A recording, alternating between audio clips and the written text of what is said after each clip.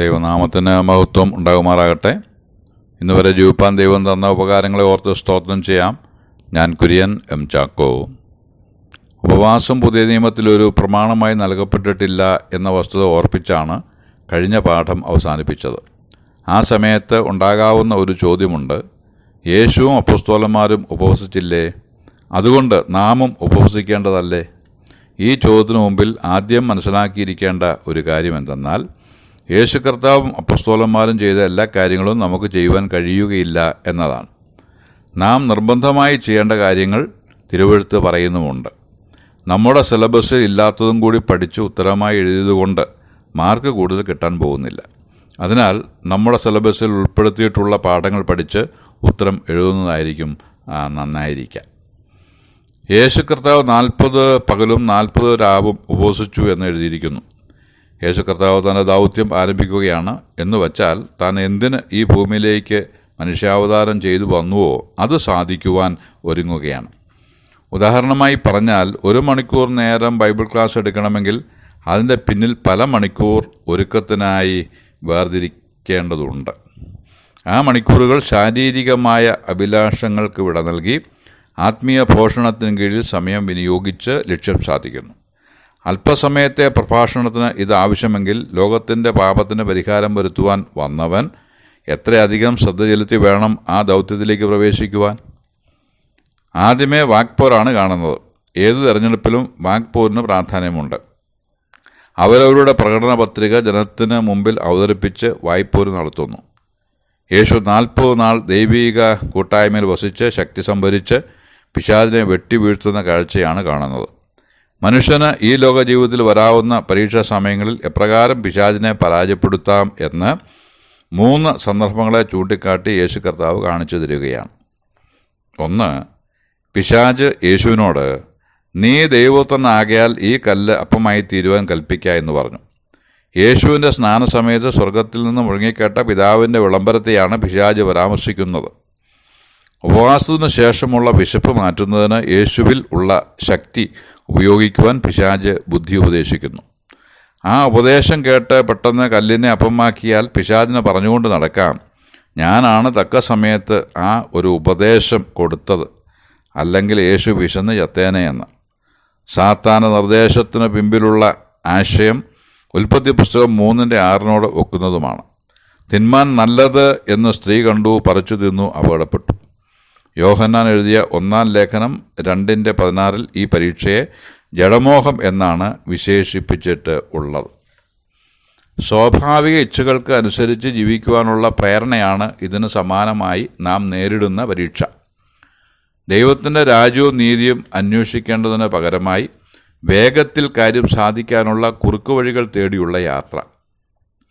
കാര്യമൊക്കെ ശരിയാണെങ്കിലും ഈ ലോകത്തിൽ 4 ആൾ ജീവിക്കുന്നത് പോലെ എനിക്ക് ജീവിക്കേണ്ടേ എന്ന ഒരു തോന്നൽ കൊണ്ടുവരുന്ന ജഡമോഹം. ദൈവവചനത്തിൻ്റെ ഉദ്ധരണിയിലൂടെ യേശു കർത്താവ് പിശാചിന് മറുപടി നൽകി. ആവർത്തന പുസ്തകം 8:3 കർത്താവ് ഉദ്ധരിച്ചത്. മനുഷ്യൻ അപ്പം കൊണ്ട് മാത്രമല്ല ദൈവത്തിൻ്റെ വായിൽ കൂടി വരുന്ന സകല വചനം കൊണ്ടും ജീവിക്കുന്നുവെന്ന് എഴുതിയിരിക്കുന്നു എന്ന് പറഞ്ഞു.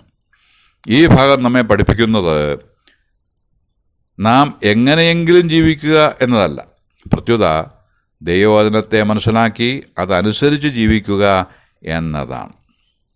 2ാമത്തെ പരീക്ഷ ആകർഷകമായ ഒരു കാര്യം ചെയ്ത്, അതും കായികാഭ്യാസ പ്രകടനത്തിലൂടെ യേശു തൻ്റെ ദൈവത്വം തെളിയിക്കുക എന്നതായിരുന്നു.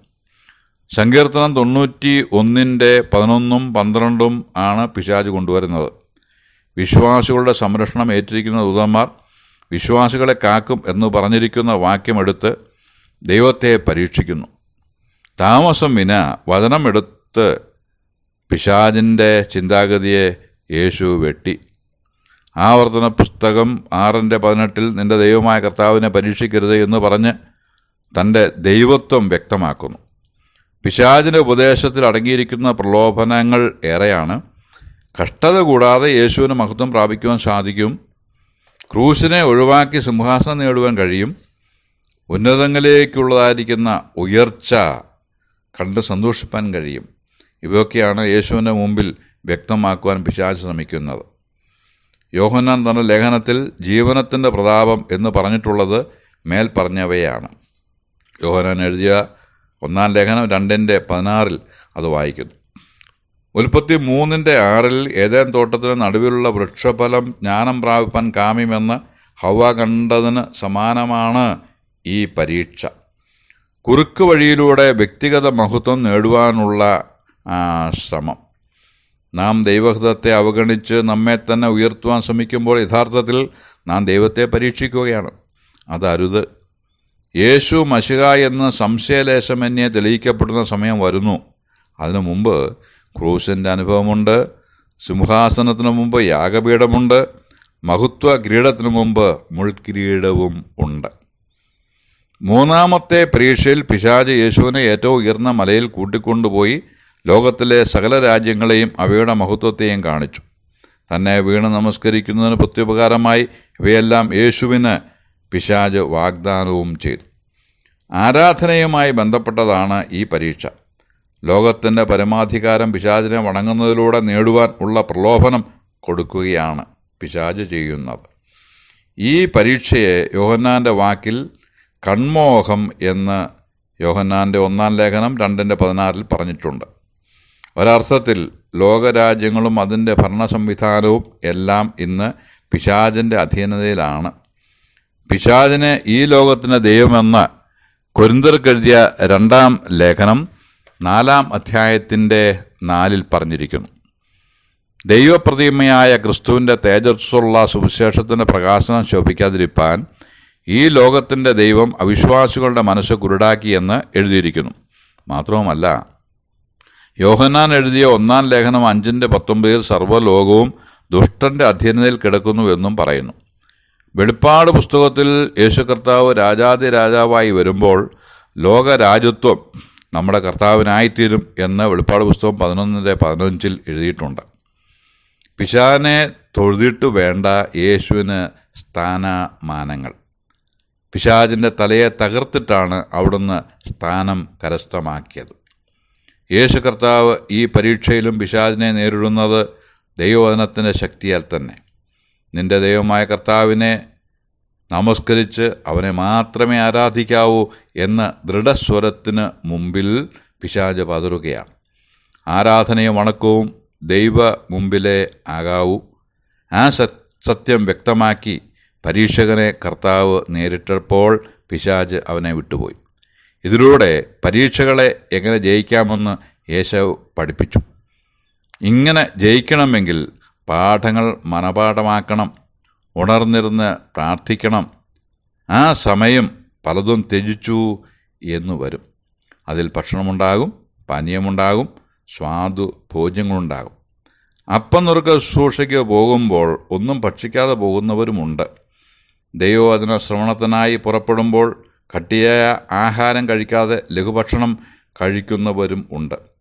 ഇങ്ങനെ ചെയ്യുന്നത് ഉറക്കം തൂങ്ങാതെ ദൈവവചനം ശ്രദ്ധിക്കുന്നതിനും ശ്രദ്ധയോടെ പ്രാർത്ഥിക്കുന്നതിനും ജഡത്തെ അടക്കിയിരുത്തുന്നതിനും ഉത്തമമായി ഭവിക്കും എന്ന് അനുഭവമായിട്ടുണ്ട് എങ്കിൽ നിശ്ചയമായിട്ടും അങ്ങനെ തന്നെ വേണം ചെയ്യുവാൻ. അടുത്ത പാഠത്തിൽ അപ്പോസ്തലന്മാരുടെ അനുഭവത്തെ കൂടി പരിശോധിച്ചിട്ട് ഈ വിഷയം ക്രോഡീകരിക്കാം എന്ന് കർത്താവിൽ ആശിച്ചുകൊണ്ട് വാക്കുകൾക്ക് പൂർണ്ണ വിരാമം കുറിക്കുന്നു. ദൈവനാമം മഹത്വപ്പെടുമാറാകട്ടെ.